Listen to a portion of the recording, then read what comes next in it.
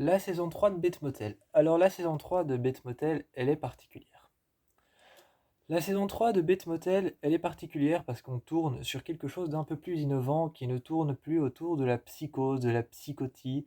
Euh, donc on tourne plus autour de quelque chose qui parle de la psychose, donc de la psychotie.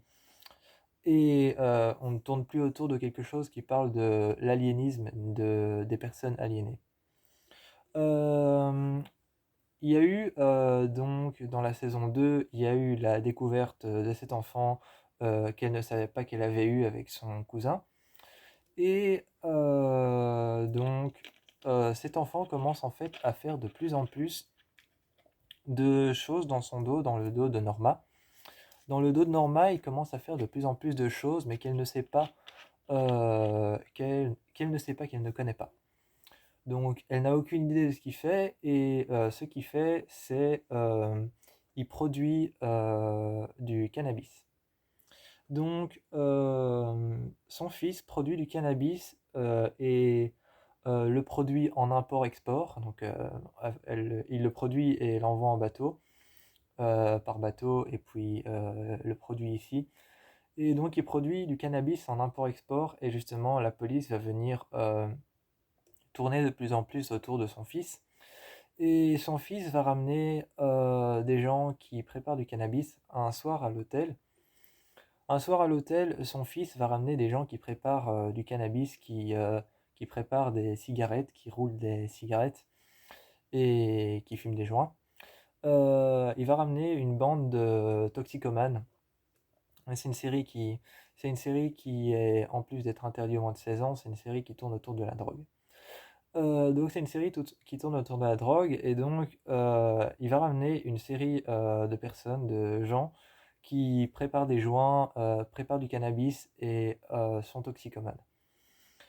Ces personnes évidemment vont louer une chambre, mais la seule chambre qui restera de libre, ce sera la chambre dans laquelle ils ont enfermé le cadavre, donc la chambre 1. Ce sera la chambre 1, la seule chambre dans laquelle ils ont enfermé le cadavre, et ils vont devoir être obligés de leur dire voilà, vous avez cette chambre pour vous, et les personnes qui, euh, qui sont venues ici ce soir dans, dans le Bates Motel, il n'y en a pas qu'une seule. Parce que les chambres dans le Bates Motel, c'est des chambres de deux maximum. C'est des chambres de deux personnes maximum. Ou alors parfois c'est des chambres de une personne mais avec des lits pour deux places. Ça dépend des chambres. Ça dépend des chambres qu'on voit aussi dans la série, je crois. La chambre, euh, la chambre qui a été prise pour la fameuse scène de la douche, c'est une scène évidemment culte, hein. C'est une scène culte et connue par-delà tous les psychoses, par-delà tous les psychoses qu'il y a eu, le psychose de Hitchcock et tous les autres psychoses, le psychose 1, le psychose 2, le psychose 3, psychose 4, psychose 5, et même le psychose chambre 1 et Bates Motel.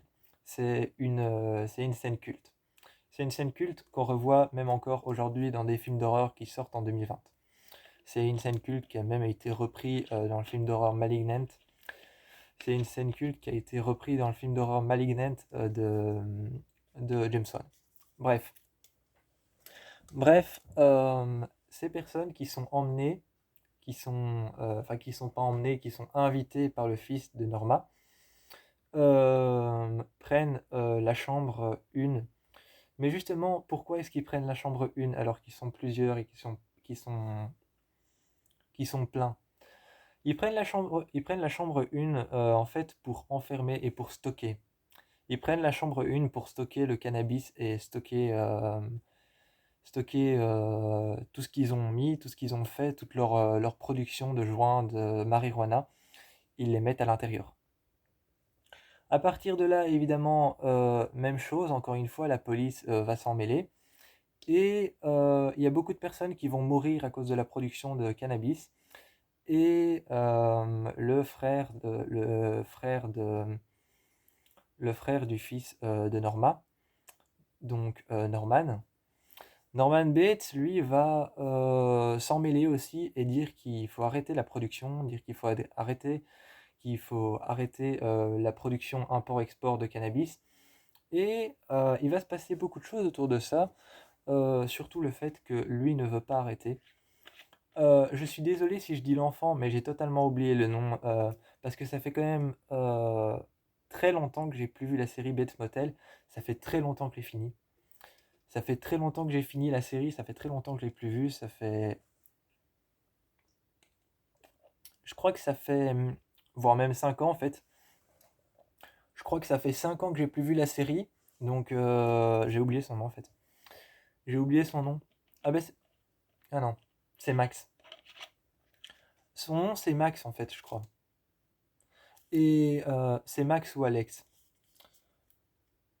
C'est Alex. C'est Alex. Donc Alex, lui, refuse de, d'arrêter la production import-export de cannabis.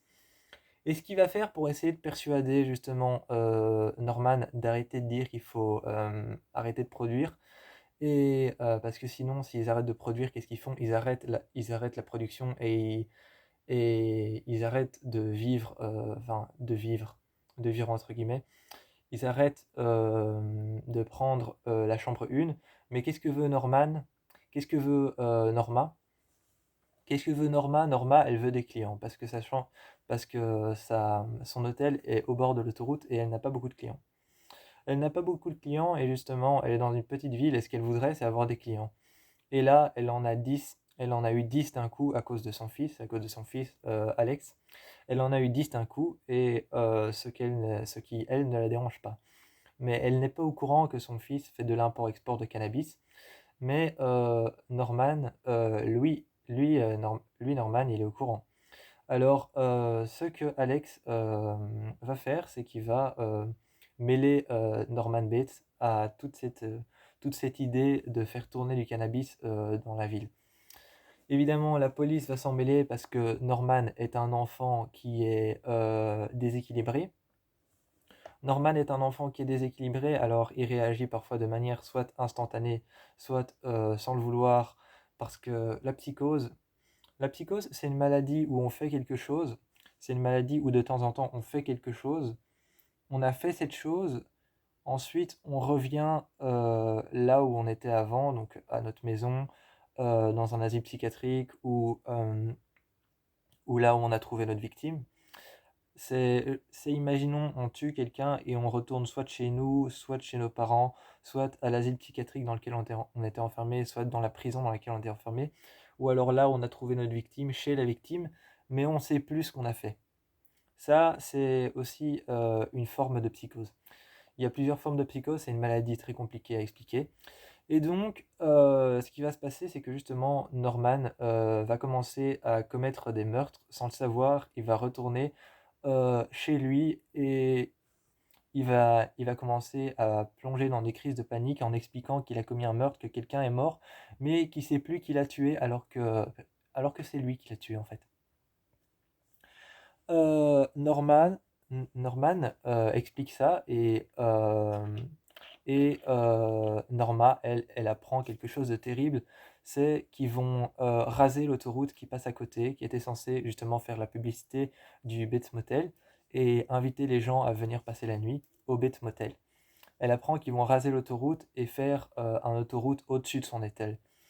Donc elle apprend qu'ils vont raser l'autoroute juste devant et faire un centre commercial devant son hôtel et faire une autoroute qui va passer en croisement devant son hôtel.